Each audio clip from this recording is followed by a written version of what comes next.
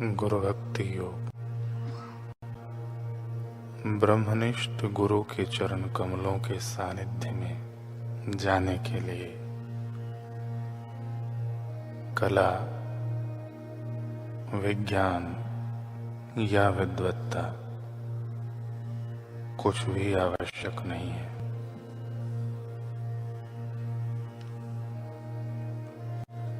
आवश्यक है केवल उनके प्रति प्रेम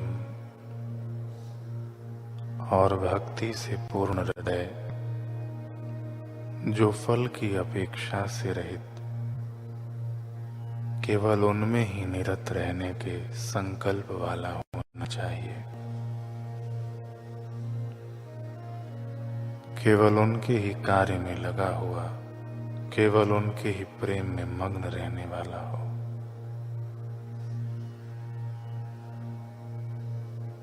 मानसिक शांति और आनंद गुरु को किए हुए आत्मसमर्पण का फल है।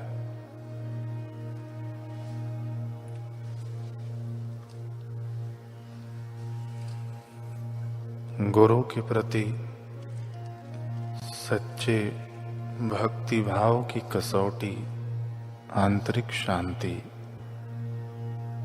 और उनके आदेशों का पालन करने की तत्परता में निहित है।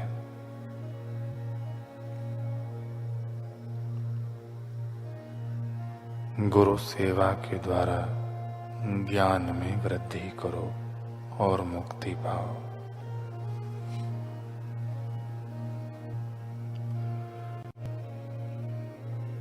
कैसे कैसे एक निष्ठ भक्त हो गए।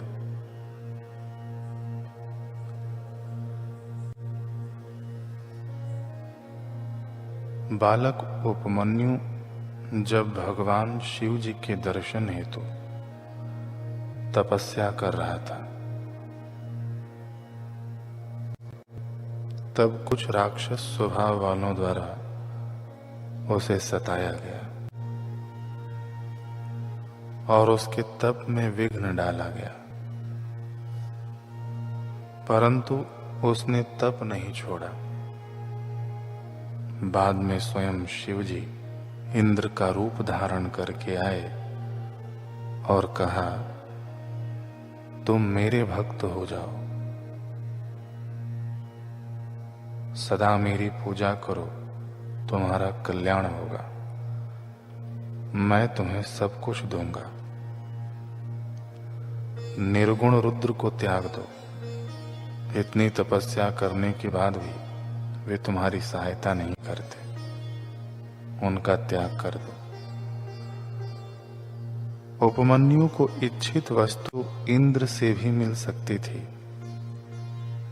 और शिव जी अब तक आए भी नहीं थे, परंतु उसने इंद्र से कुछ भी लेने से मना कर दिया। उसे तो अपने इष्ट से ही लेना था। उससे अपने इष्ट की निंदा सहन नहीं हुई और उसने अभिमंत्रित घोर भस्म छोड़ दिया। शिव जी अपने वास्तविक रूप में प्रकट हो गए और प्रसन्न होकर उन्होंने उसको अपनी ओर से कई वरदान दिए तथा और भी वरदान मांगने के लिए कहा। तब उपमन्यु ने कहा, मुझे परम दिव्य एवं अव्यभिचारिणी भक्ति दीजिए। कैसी अद्भुत इस बालक की एक निष्ठा। भक्त ध्रुव। जब बालक ध्रुव तपस्या कर रहा था, तब तपस्या में विघ्न डालने वालों द्वारा माया से रची हुई उसकी माता सुनीति नेत्रों में आंसू भरे उसके सामने प्रकट हुई और विलाप करने लगी, परंतु ध्रुव ने उसकी तरफ बिल्कुल ध्यान नहीं दिया। फिर राक्षसों ने उसके सामने बड़ा भयंकर कोलाहल किया, मुख से अग्नि की लपटें निकाली।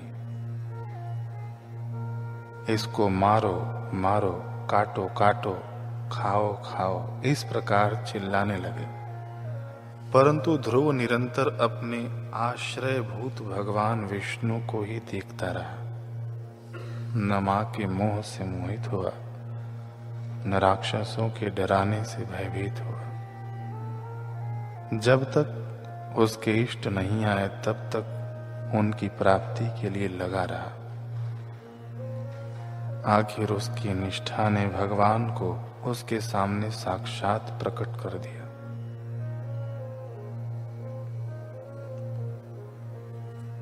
आद्य शंकराचार्य जी। बालक शंकर सद्गुरु की खोज करते करते वहां पहुंचे जहां गोविंद पादाचार्य जी एक गुफा में समाधिस्थ थे।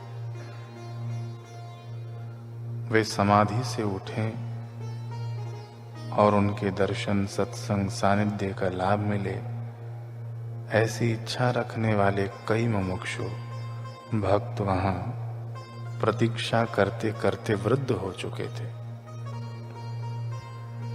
ऐसी परिस्थिति में भी बालक शंकर ने उन्हें छोड़कर अन्य किसी को गुरु बनाने का सोचा तक नहीं।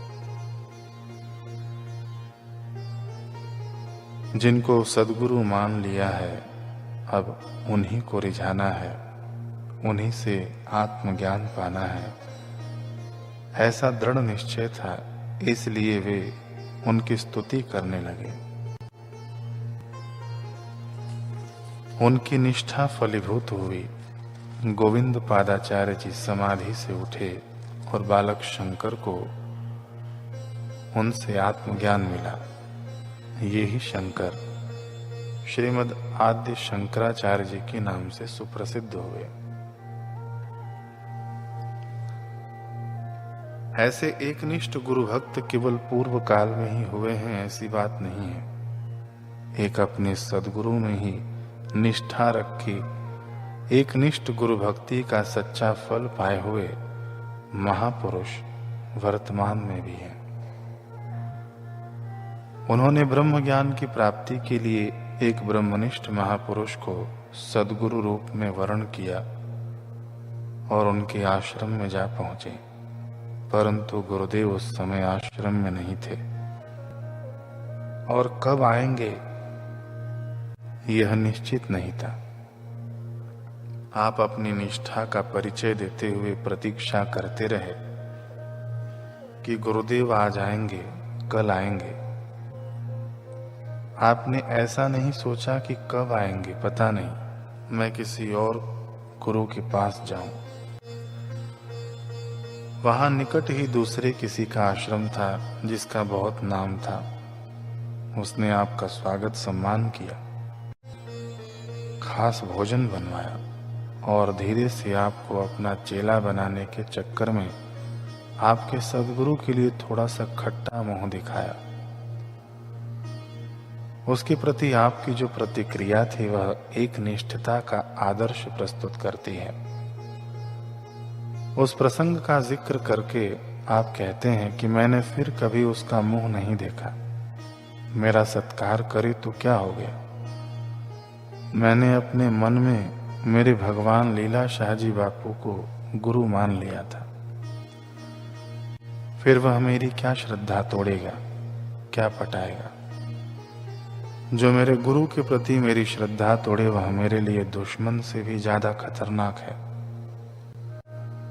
दुश्मन तो दिख जाएगा लेकिन श्रद्धा तोड़ने वाला तो छुपा भयंकर दुश्मन है। कबीरा निंदक ना मिलो, 84 लाख जन्मों तक भटकाएगा वह तो।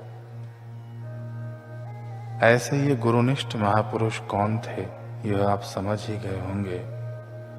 ऐसे परम एकनिष्ठ गुरु भक्त परम पूज्य ब्रह्मनिष्ठ संत श्री आशाराम जी बापू कि हम क्या लगते हैं। क्या ऐसी निष्ठा भक्ति, एकनिष्ठ भक्ति को हमें अपने जीवन में नहीं उतारना चाहिए। जरा विचार करें।